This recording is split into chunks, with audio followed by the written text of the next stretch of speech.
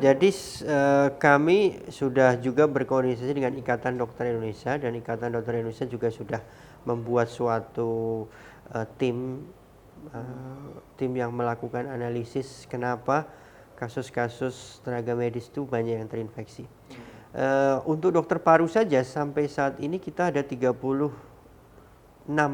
dokter paru yang positif COVID-19 dari seluruh Indonesia. Kita totalnya 1.167 saat ini. Yang saat ini terinfeksi COVID 36 orang. 2 orang meninggal. 1 kasus importer case waktu dia pulang dari Italia. Itu kasus di awal-awal, ya dokter ada dari Medan. Yang 1 adalah dokter dari Kalimantan Selatan yang memang dapat kasusnya itu dari pasien, terinfeksi dari pasien, kemudian dirawat, kemudian meninggal. Jadi itu karena APD itu? Dia terkena dari pasien lah intinya. Kemungkinan masalah APD-nya tidak maksimal atau bagaimana. Nanti kita bicara soal APD ya. Tapi itu memberikan gambaran bahwa memang tenaga medis itu memang potensial terinfeksi. Nah, masalahnya titik-titik terinfeksinya itu di mana? Itu yang harus dilakukan analisis oleh Ikatan Dokter Indonesia. Apakah dia terinfeksi oleh pasien? Apakah dia terinfeksi oleh orang lain? Itu kan berbeda.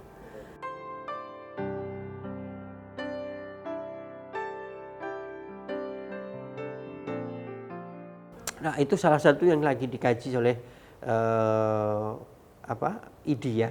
Karena IDI sendiri selalu menyampaikan, bahkan PDPI juga selalu menyampaikan adalah bahwa protokol kesehatan tetap dijalankan di dalam rumah sakit di antara tenaga medis, mulai pakai masker, menjaga jarak, kemudian cuci tangan teratur.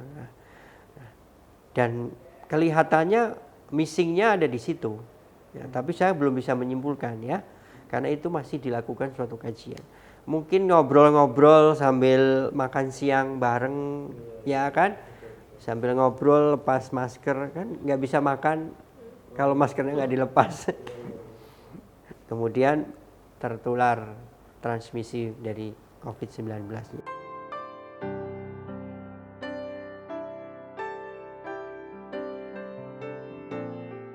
Ada, IDI sudah mengeluarkan standar level pelayanan untuk di poli, kemudian di ruang rawat itu ada. Pada semua kasus ada standar minimalnya. Nah, masalahnya adalah dari masing-masing tenaga medis itu menjalankan penggunaan APD itu secara maksimal atau tidak.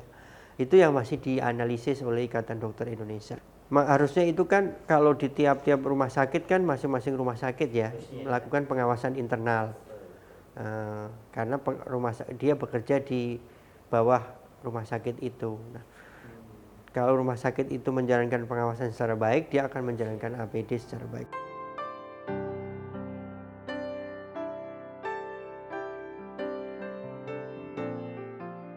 Oh ya, kalau di Perhimpunan Dokter Paru Indonesia meminta kepada anggotanya untuk melakukan secara berkala ya.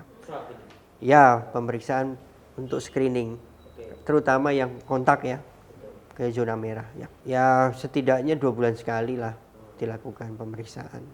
Ya. Kalau edaran protokol kesehatan kita ada surat resminya, sudah pernah kita kirimkan bahwa setiap dokter yang berpraktek, bahkan kita melarang dokter di atas 60 tahun ya itu untuk berpraktek karena risiko lebih tinggi. Terkait masalah protokol kesehatan di antara tenaga kesehatan apakah berjalan maksimal, IDI sedang melakukan suatu audit itu. Jadi mungkin sebaiknya itu ditanya ke IDI lah, ada timnya sendiri. Tetapi tenaga kesehatan ini memang rentan. Nah, salah satu yang menjadi penyebab adalah tingginya kasus adalah didapatkannya kasus itu di luar rumah sakit rujukan. Coba analisis nanti proporsi dokter non paru yang terkena COVID-19. Coba dilihat deh di Surabaya atau di daerah zona merah itu dokter paru yang menangani COVID nggak yang terkena? Lebih banyak enggak? Sekarang kan katanya hampir berapa ratus dokter Indonesia yang kena COVID kan. Dokter spesialisnya juga lebih banyak, bukan dokter paru.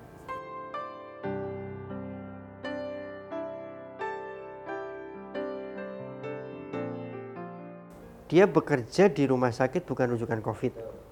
Menangani pasien-pasien bukan pasien COVID. Jadi dia menggunakan APD. Mungkin tetap menggunakan APD, tetapi APD level berapa gitu kan. Kan ada level 1, 2, 3 kan. Nah, level berapa? Hanya pakai masker bedah misalnya. Ternyata pasiennya COVID. Padahal dia datang bukan keluhan COVID. Ada loh yang datang misalnya hanya sakit kepala. Ternyata dia COVID. Ada yang datang misalnya gangguan cemas. Psikiatri, nggak taunya COVID.